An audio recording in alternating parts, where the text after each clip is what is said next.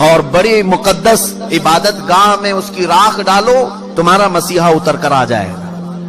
یہ بھی کتاب میں ہے.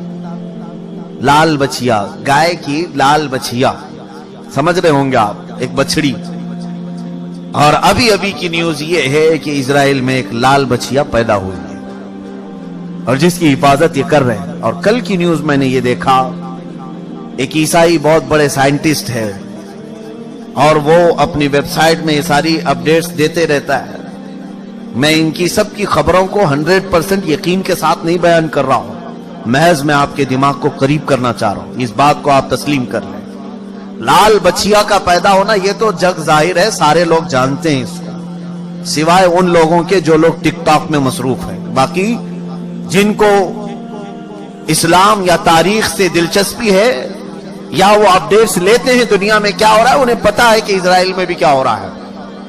لال بچیا پیدا ہو گئی، اس کی حفاظت بھی ہو رہی ہے. کل خبر یہ ملی کہ اس کو قربان بھی کیا گیا ہے. یہ اور بات ہے کہ اس کی بھیٹ نہیں چڑھائی گئی. اب تیسری بشارت یہ بھی سنیے کہ کب یہ دجال ظاہر ہوگا، کب یہ مسیحا ان کا آئے گا. یہ ہمارا مسیحا نہیں، دجال یہودیوں کے لیے ہو سکتا ہے مسیحا، ہمارے لیے وہ سب سے بڑا فتنہ ہے. اس کی آخری علامتوں میں یہ بتایا گیا ہے کہ جو عبادت خانہ تمہارا ختم کر دیا گیا ہے، وہ عبادت خانہ جب تعمیر ہوگا تو تمہارا مسیحا آسمان سے اتر جائے گا. یہ عیسائیوں کی کتاب میں ہے، تو آسمان سے اترنے کا ذکر عیسیٰ علیہ السلام کے لیے ہو سکتا ہے، لیکن دجال کے آنے کا ذکر کہیں یہ نہیں آیا ہے کہ وہ آسمان سے آئے گا کہ زمین سے آئے گا. البتہ اتنا ہے کہ وہ ظاہر ہوگا. اب وہ کیا ہے عبادت خانہ جو ان کا توڑا گیا؟ یہ بڑی لمبی تاریخ ہے. آج جہاں پر بیت المقدس ہے، مسجد اقصی، اس کے قریب میں روایات میں یہ ملتا ہے کہ یہ در حقیقت سیدنا سلیمان علیہ الصلوۃ والتسلیم نے تعمیر کیا تھا. حضرت داؤد علیہ السلام نے کام شروع کیا اور اس کی تکمیل ان کے بیٹے حضرت سلیمان علیہ السلام نے مکمل کیا. اور قرآن پاک میں اس کا ذکر بھی ہے. سورہ احزاب میں اللہ تعالیٰ نے اس کی تعمیر کا ذکر بھی فرمایا، حتیٰ کہ جنات نے اس کو تعمیر کیا ہے، مسجد اقصی. اسی کے ساتھ میں ایک ہیکل تھا، ایک بڑا قلعہ تھا. سلیمان علیہ السلام نے اس کو اپنی حکومت کا دارالخلافہ بنایا تھا. یعنی اس زمانے کی وہ پارلیمنٹ تھی اور سارے اس زمانے میں جو یہودی تھے، اہل ایمان یہودی، ان سب کی عبادت کا وہ مرکز تھا. یہودیوں کے لیے پہلے ہر جگہ عبادت کرنے کی اجازت نہیں تھی، ان کے لیے مخصوص عبادت خانے تھے. یہ تو امت مصطفیٰ کی خصوصیت ہے، جہاں بھی زمین پاک ہے اللہ نے ہمیں عبادت کی اجازت عطا فرمائی. لیکن ان کے لیے ایسا نہیں، جو مخصوص جگہ ہے وہیں جا کر کے پڑھنا ہے. تو ہیکل سلیمانی اس کو کہا جاتا ہے، ہیکل سلیمانی جو حضرت سلیمان علیہ السلام نے بنایا تھا. توجہ چاہوں گا، بہت قریب میں آ رہا ہوں آپ کے. یہودیوں کی پہلے سے فطرت میں خرابی رہی ہے، سرکشی رہی ہے، پہلے سے یہ قتل و غارت میں مصروف رہے. بے شمار انبیاء اکرام کو انہوں نے قتل کیا ہے. بہت سارے انبیاء اکرام علیہ السلام کا قتل کرتے تھے، وہ بھی قرآن پاک میں. تو ان کی نافرمانیاں جب حد سے بڑی تو اللہ تعالیٰ نے ان پر ایک ایسے ظالم و جابر کو مسلط کیا کہ وہ بادشاہ ان کو پوری طرح سے ایسا ڈسٹروائے کیا. وہ بابل کا تھا، عراق کا بادشاہ تھا، ختم کر دیا. یہاں تک کہ جو ہیکل سلیمانی تھی اسے توڑ پھوڑ دیا، اچھی طرح سے توڑا، توڑ کر کے تھوڑی بہت دیواریں باقی چھوڑ کر چلا گیا. یہودیوں کا قتل عام ہوا. کئی 100 سال گزرے. اس کے بعد ایران کا ایک بادشاہ جو ان کا ہمدرد نکلا، اس کو خسرو بھی کہتے ہیں، یہ بادشاہ نے یہودیوں کا ٹیمپل دوبارہ بنا کر کے دیا. دوبارہ بنایا اور دوبارہ یہ ٹیمپل اس کو انگلش میں کہتے ہیں، جو ان کا ہولی ٹیمپل ہے، ہیکل سلیمانی ہے. دوبارہ اس کی تعمیر کیا اور پھر کئی 100 سال گزرے. پھر ایک بادشاہ ہرکیولس جس کو یہ کہتے ہیں، ہرقل اعظم، اس نے، یہ عیسائی تھا، یہودیوں پر حملہ کیا، پھر اس ٹیمپل کو توڑ دیا اور ایسا توڑا کہ اس کی ایک اینٹ بھی باقی نہیں رکھی، ساری چیزیں ختم کر دی. اس میں بہت ساری چیزیں جو نایاب تھیں، جیسے تابوت سکینہ جس کا ذکر قرآن میں ہے، ایک صندوق تھا پچھلے نبیوں کے پاس، وہ موسیٰ علیہ السلام کے پاس بھی تھا، جس میں حضرت آدم علیہ السلام کا عصا تھا، بہت سارے نبیوں کے تبرکات تھے۔ بنی اسرائیل اس صندوق کو لے کر چلتے تھے ہر جنگ میں، کبھی بھی جنگ میں جانا ہو تو وہ صندوق لے کر جاتے تھے، اس کو تابوت سکینہ کہتے ہیں، اسے رکھ کر کے دعا کرتے تھے، اللہ ان کو فتح عطا کرتا تھا۔ وہ تابوت بھی ختم کر دیا گیا تھا، وہاں سے غائب ہو گیا تھا ہرکیولس کے زمانے میں، سب ختم ہوا، ٹیمپل دوسری مرتبہ ڈسٹروائے ہوا ہے، ڈیمولش کر دیا گیا ہے۔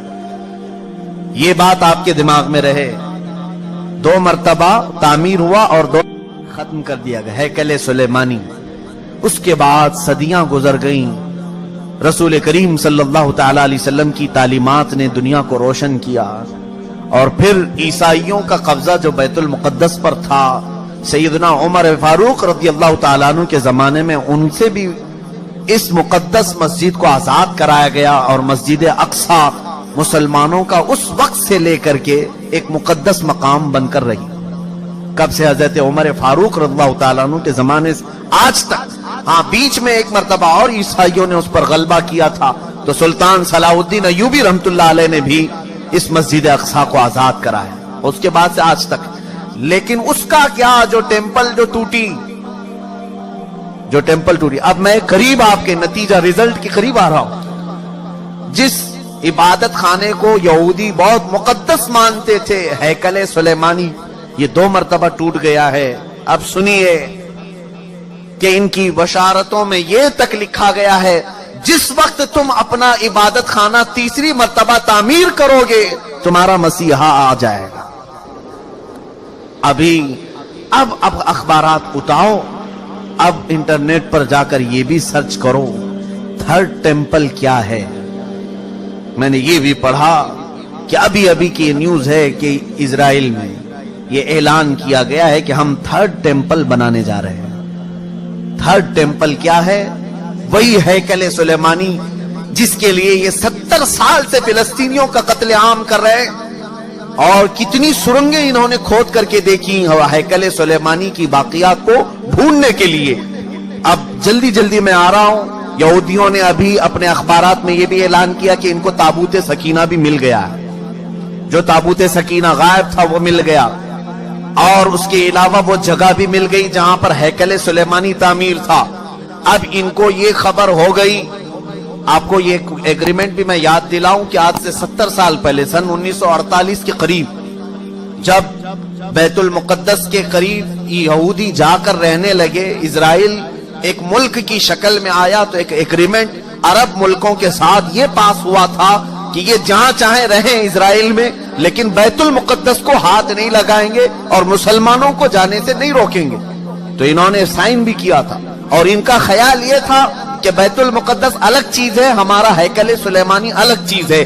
لیکن اب جا کر انہیں یہ خبر ملی کہ ٹامب آف راک جس کو کہتے ہیں، جو پیلا گنبد مسجد اقصی کا دکھتا ہے، اب یہودیوں نے یہ اپنی تحقیقات میں کہا ہے ہیکل سلیمانی وہی تھا جہاں یہ ٹامب آف راک بنا ہوا ہے۔ اب ان کے لیے نہایت ضروری ہو گیا ہے کہ بیت المقدس کو شہید کر دیا جائے۔ ٹامب آف راک جس کو کہتے ہیں، یہ پیلا گنبد، قبۃ الصخرہ اس کا نام ہے، اس کو شہید کر دیا جائے، اور اس کا اعلان ہو چکا۔ اور چوتھی ایک اور بشارت سن لیجیے، جہاں پر مسجد اقصی قائم ہے، یہ یروشلم ہے۔ میں ان تمام باتوں کو جو پیش کر رہا ہوں، قانونی اعتبار سے بہت سارے لوگ سمجھتے ہیں ان پیچیدگیوں کو، جس نے بھی یہودیوں کے متعلق بات کی ہے اس کا قتل کر دیا جاتا ہے، مار دیا جاتا ہے۔ میں بار بار اس کا اعتراف کرتا ہوں، مجھے اس کی پرواہ نہیں، ہاں اس کی پرواہ ضرور ہے کہ میں امت مصطفیٰ کو ان کی امانتیں سپرد کر کے جاؤں۔ کتمان علم حرام ہے۔ چوتھی ایک اور بشارت ان کے متعلق یہ آئی ہے کہ کب آئے گا ان کا مسیح دجال۔ یہ بھی کہا گیا ہے کہ یروشلم میں جب تمہاری حکومت کا سینٹر ہوگا، تب تمہارا مسیح اتر کر آ جائے گا، تمہارا مسیحا آ جائے گا۔ اب تک اسرائیل کا کیپٹل سٹی یروشلم نہیں تھا، آج تک نہیں تھا۔ اور آپ کو ابھی پچھلے سال پتا چلا ہوگا، امریکہ کے صدر ٹرمپ نے یہ اعلان کیا کہ میں امریکن ایمبیسی یروشلم منتقل کر رہا ہوں. جو اسرائیل میں اس کی ایمبیسی تھی، ظاہر سی بات ہے ایمبیسی وہاں ہوتی ہے جہاں ملک کی کیپٹل سٹی ہوتی ہے، راجدھانی. دلی میں سارے ملکوں کی ایمبیسیاں موجود ہیں، سفارت خانے دلی میں ہوتے ہیں. اسی طرح سے اسرائیل کے اندر جتنے بھی ملکوں کی ایمبیسیاں ہیں وہ تل ابیب میں تھیں، تل ابیب. لیکن اب اسے منتقل کر کے ٹرانسفر کر کے یروشلم میں لایا گیا، اور یہ اس بات کا اعلان ہے کہ یروشلم اب یہودیوں کا مرکز حکومت بننے جا رہا ہے 2019 میں. یہ اعلان ہوگا کہ 2019 میں یروشلم اب پورے ہندوستان، پورے اسرائیل کا مرکز ہوگا، کیپٹل سٹی ہوگا. اور یہ ان کی بشارتوں میں لکھا گیا ہے کہ جس وقت یروشلم تمہارا دارالخلافہ بن جائے، دارالحکومت بن جائے، مسیحا تمہارا آنے والا ہے. میں نے کتنی چیزیں بتائی. مقدس کتابوں کے اعتبار سے اگر دیکھا جائے وہ لال بچیا بھی آ گئی. تھرڈ ٹیمپل کا ڈیزائن تیار ہو چکا، انٹرنیٹ پر یہ بھی دیکھنے کو ملا. میں نے یہ بھی سرچ کر کے دیکھا تو آج بیت المقدس جس جگہ پر واقع ہے اس کا گوگل میپ اگر نکالا جائے تو گوگل میپ میں سے بیت المقدس کو ہٹا کر کے تھرڈ ٹیمپل کی عمارت رکھی گئی. مجوزہ ابھی بنی نہیں ہے لیکن اس کی عمارت پیش کر کے دکھایا گیا پوری دنیا کو. اب ان یہودیوں کو خوف نہیں کسی سے، اس لیے کہ ہر عرب ملک کے بادشاہ میں انہوں نے اپنی زبان رکھی ہے. ہر عرب ملک کا بادشاہ ان کا پٹھو بنا ہوا ہے، ان کا خادم ہے. اب انہیں یقین ہے کہ مسلمانوں کی طرف سے آواز نہیں آنے والی ہے، ہم نے سبوں کو خرید لیا ہے. آپ کو یہ تک خبر نہیں ہوگی کہ تقریباً اسلامی ممالک نام سے جتنے آج جانے جاتے ہیں، ہر مسلمان بادشاہ کے گھر میں یہودی عورتیں پہنچی ہوئی ہیں، ان کی بیویاں یہودیاں ہیں. تقریباً ملکوں کی بات میں بتاؤں، بڑے پلاننگ کے ساتھ، بڑے منصوبوں کے ساتھ. میرے عزیزوں حالات بہت عجیب و غریب ہیں، لیکن میں یہ بتانے جا رہا ہوں کہ اب اگلے جو آنے والے دن ہیں یہ ہمارے لیے بڑے چیلنجز کے ہیں اور بہت بڑے فتنے کے ہیں. جو دجال کے آنے کی علامتیں بیان کی گئی تھی تقریباً وجود میں آ گئی. اور ایک سنیے حدیث رسول کریم صلی اللہ تعالی علیہ وسلم کے اعتبار سے دریائے تبری کا ذکر ہے. ایک دریا ہے جو اسرائیل اور فلسطین کے بیچ میں بہتا ہے. اس دریا کے متعلق یہ بھی فرمایا گیا جس وقت دریائے تبری سوکھ جائے دجال ظاہر ہوگا. اب دریائے تبری کے متعلق ہم نے خبر معلوم کی تو صرف 2.5 فٹ پانی بچا ہوا ہے، 2.5 فٹ پانی بچا ہوا ہے. اب یہ تمام علامتیں کیا مسلمانوں کو بیدار کرنے کے لیے کافی نہیں ہے؟ پھر بھی آج ہم پورے طور پر ایسی غفلت کی نیند سو رہے ہیں جیسے ہمیں کچھ خبر ہی نہیں ہے. عزیزان گرامی وقار، قربان جاؤ میرے آقا کونین صلی اللہ علیہ وسلم کی خبروں پر. دوسری قوموں کے پاس ایسا کوئی نہیں جو انہیں آگے کی بات بتایا ہو سوائے ہمارے پاس جو محمد رسول اللہ نے بتایا. رسول کریم صلی اللہ تعالی علیہ وسلم نے ہمیں قیامت تک کی باتیں ایسے کھول کر بیان کی ہے، ایسے بیان کی ہے کہ جس میں ایک رتی برابر بھی شک نہیں کیا جا سکتا. لیکن اس کے باوجود انہی کی امت سب سے زیادہ غفلت کی شکار ہے اور پوری دوسری قومیں تیاری میں ہیں، تیاری میں ہیں. پوری عیسائیت تیاری میں ہے، پوری یہودیت تیاری میں ہے. اور آپ کو معلوم اب یہ تھرڈ ٹیمپل بنا کر کے رہیں گے، یہ بنائیں گے جس کے لیے اب مسجد اقصی کو شہید کرنا پڑے گا، بیت المقدس کو شہید کرنا پڑے گا. تو ایک خوف تو ہے، حکومتیں اگر آواز نہیں اٹھائیں گی تو قوم تو اٹھ جائے گی. مسلمان ابھی مرے نہیں، ایمان اب بھی زندہ ہے. تو یہ خوف ہے، اس کے لیے اب ڈائریکٹ مسجد اقصی پر حملہ نہیں کیا جائے گا. 2018 کے اخبار اور بھی اٹھا کر کے دیکھو انگلش کے، ایک عیسائی نے ان کو ایکسپوز کیا ہے کہ فلسطین میں زلزلے آئے تھے، یعنی مسجد اقصی جہاں یروشلم میں زلزلہ، ارتھ کویک، زلزلے آئے تھے. اب اس کی تحقیق جب کی گئی تو پتا چلا کہ انہوں نے ٹیکنالوجی کے ذریعے سے آرٹیفیشل زلزلے لائے. حقیقت میں زمین میں زلزلہ آیا ہی نہیں تھا، زمین کے اندر ایسے کیمیکل اور مواد ڈال کر کے زمین کو ہلایا گیا تاکہ پوری دنیا کو معلوم ہو کہ زمین میں زلزلہ آیا، اس لیے مسجد اقصی گر گئی.